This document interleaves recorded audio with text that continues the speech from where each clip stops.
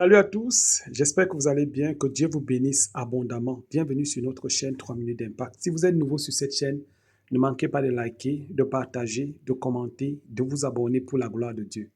Le pasteur Marcelo n'aimait pas sa femme. C'est ça que beaucoup de personnes disent. Il n'aimait pas son épouse, Maman Blanche, qui est décédée. Les gens parlent, les gens parlent, les gens reparlent, les gens ne font que dire il n'a jamais aimé son épouse. Moi, sincèrement, je suis tombé sur une vidéo aujourd'hui que j'ai regardée attentivement et j'ai vu que tout ce qu'il est en train de dire là, ce sont en fait les traits d'un homme qui aimait sa femme, qui aimait son épouse.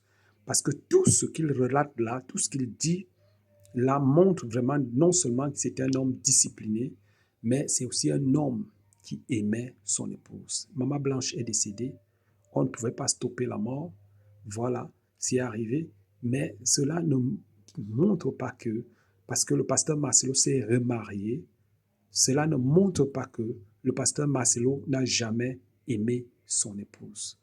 Regardons d'abord cette courte vidéo, vous-même aussi, dites-moi ce que vous en pensez en commentaire.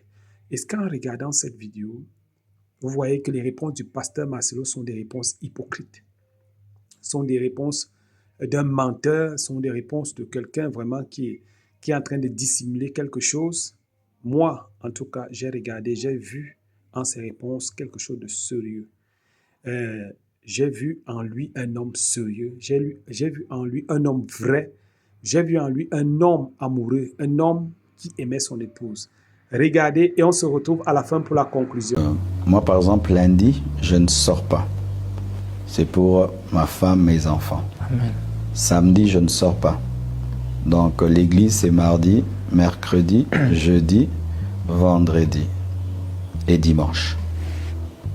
De deux, comme les enfants vont à l'école très tôt matin, le matin, je ne prie plus beaucoup comme avant, quand ils allaient à 11h, 12h. Je me réveille tôt, je lis ma Bible, je prie et j'arrête un peu plus tôt pour manger avec eux le matin avant qu'ils n'aient à l'école pour qu'on fasse le culte familial. Parce qu'eux, ils vont à l'école à 7h, ils rentrent à 15h, 16h. Et des fois, c'est quand moi aussi je vais à l'église. Donc, je ne dois pas rater leur matin. Et aussi, comme là, mon épouse n'est pas là, je dois l'appeler le matin, je dois l'appeler la nuit. Elle doit dormir avec moi et se réveiller avec moi. Donc, je dois l'appeler en vidéo le matin, je l'appelle le soir. Le matin, le soir, c'est une routine, mais importante. Et les enfants, je chatte avec eux tout le temps, que papa est présent. Il faut un horaire, un agenda. Et pour celui qui travaille, parce qu'il y a certains qui sont appelés à temps partiel, et certains qui sont très engagés dans leurs églises sans pour autant être pasteurs à plein temps, il faut organiser. Je vais au travail de telle heure à telle heure, puis je suis à l'église, mais après, j'ai ma famille avec moi.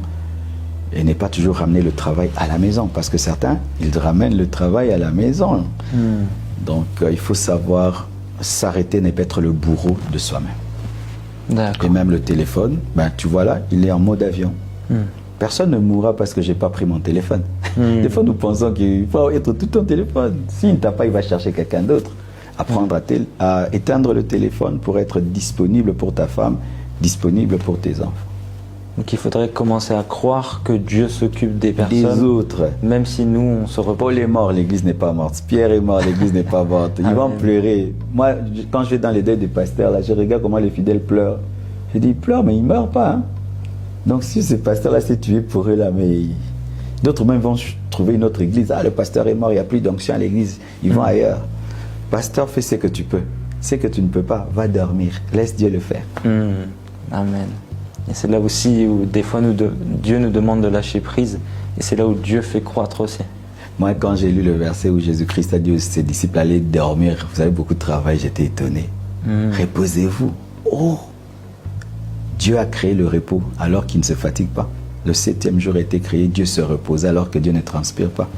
Si celui qui ne transpire pas se repose, alors nous qui transpirons et qui nous fatiguons. Wow. Ok, merci beaucoup. Et même le repos est appelé paradis. Amen. Celui qui ne se repose pas n'a pas de paradis. Parce que le repos, c'est ça, le jour du Seigneur. Et Dieu dit, entre dans mon repos. Le paradis, c'est le repos. Un jour, ma fille m'a regardé. Papa, j'ai un cadeau pour toi. J'ai cru qu'elle allait m'offrir quelque chose. Elle a dit, reçois le repos. C'est pourquoi j'aime beaucoup le sommeil. Parmi les choses que Dieu a créées, il y a une chose que j'aime, dormir. C'est un bonheur de dormir comme un bébé. Parce que là, j'oublie tous mes problèmes, que je suis pasteur, que j'ai des charges. Vraiment, j'aime dormir. C'est parmi les choses qu'il ne faut pas me prendre. J'aime quand je dors. Wow. Voilà effectivement la discipline qui manque à beaucoup de personnes. Beaucoup de personnes, beaucoup d'hommes qui se marient ne sont pas disciplinés. Beaucoup d'hommes qui se marient n'aiment même pas leur femme. Vraiment, il faut qu'on copie cela comme, n'est-ce pas, un exemple. Parce que c'est un exemple qu'il nous donne. C'est un modèle. Vraiment, copions cela et mettons aussi cela en pratique même dans nos ménages. Commençons par nous discipliner. Commençons à savoir que les enfants ne vont pas prier sans nous. Les enfants ne vont pas faire le culte familial sans nous.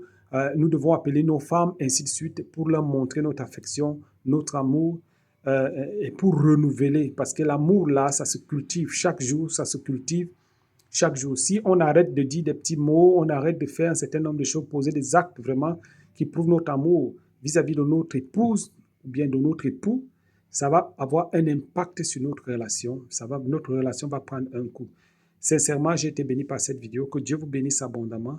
Ne manquez pas de liker, de partager, de commenter, de nous dire vraiment ce que vous en pensez du fond de votre cœur en commentaire. D'ici là, portez-vous bien. On se dit à la prochaine pour une prochaine vidéo. Shalom.